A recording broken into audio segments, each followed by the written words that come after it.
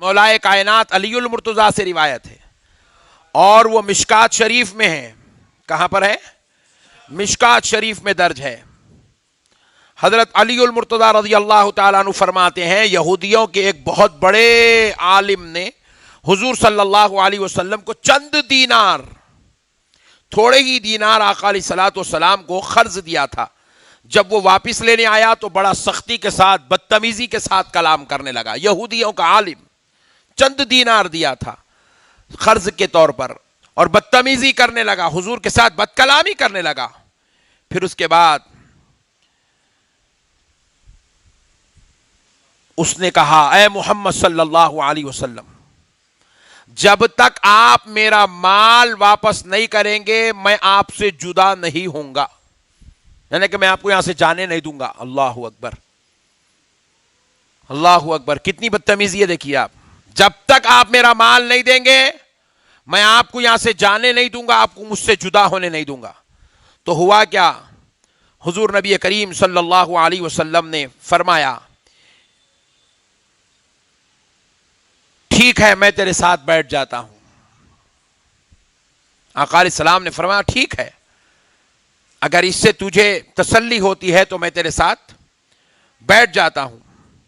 پھر نبی پاک صلی اللہ علیہ وسلم اس کے ساتھ بیٹھ گئے۔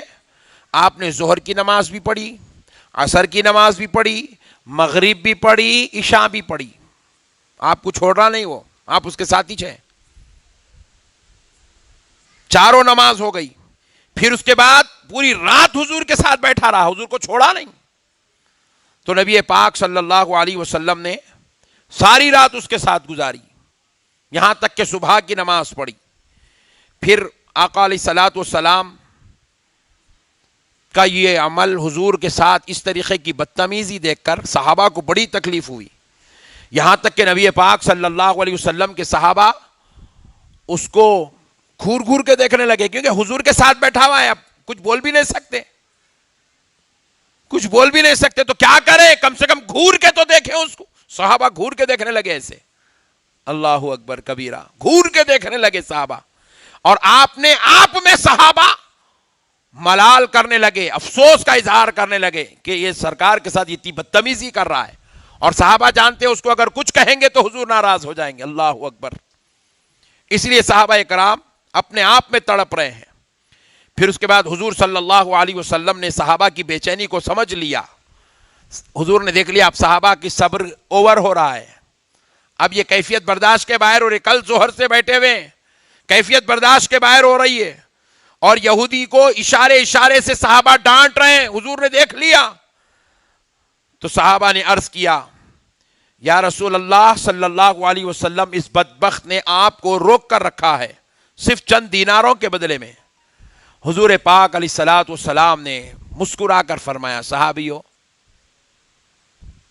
میرے رب نے مجھے حکم دیا ہے کہ میں ذمی وغیرہ پر کبھی ظلم نہ کروں، میرے رب نے مجھے ظلم سے منع کیا ہے، میرے رب نے مجھے بدلہ لینے سے منع کیا ہے، میرے رب نے مجھے لوگوں کے ستائے جانے پر ان کو بددعا کرنے سے منع کیا ہے۔ یہ جو چاہے کرے، میرے رب نے مجھے صبر کا حکم دیا ہے۔ اللہ اکبر، کس کا حکم دیا ہے؟ صبر کا حکم دیا ہے۔ یہاں تک کہ حضور کے صبر کرتے کرتے اشراق کا وقت آیا، دھوپ نکل گئی۔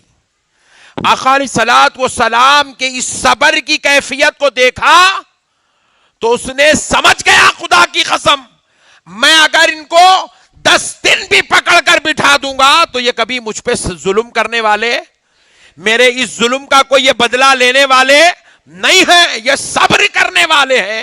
حضور کی اس صبر کی کیفیت کو دیکھا، اس نے سوچنے لگا اتنے صحابہ ان کے پاس ہے، اتنے جلیل القدر ہتھیار چلانے والے لوگ ان کے پاس ہے، اگر یہ چاہتے تو کسی سے کہہ کے میری گردن کٹوا دیتے، یا مجھے مسجد سے نکلوا دیتے، یا اپنے محلے سے شہر سے بے دخل کر دیتے، لیکن نہ یہ کسی کو حکم دے رہے ہیں کہ مجھے مسجد سے نکالو، نہ خود ظلم کر رہے ہیں، نہ بددعا دے رہے ہیں، نہ بد کلامی کر رہے ہیں، بلکہ میرے ساتھ پورے صبر و تحمل کے ساتھ کل ظہر سے لے کے آج صبح تک بیٹھے ہوئے حضور کی شان کو دیکھا تو کہا یہ ظلم کرنے نہیں آیا ہے، یہ بددعا دینے نہیں آیا ہے، یہ گلا پکڑنے نہیں آیا ہے، یہ بد کلامی کرنے نہیں آیا، یہ تو انسانوں کو خدا سے ملانے آیا ہے، رب کا محبوب بنانے آیا ہے۔ یہ سوچ کر یہ کہتا ہوا وہ یہودی کلمہ پڑھنے لگا، اشہد ان لا الہ الا اللہ وحدہ لا شریک لہ واشہد ان محمدا عبدہ ورسولہ۔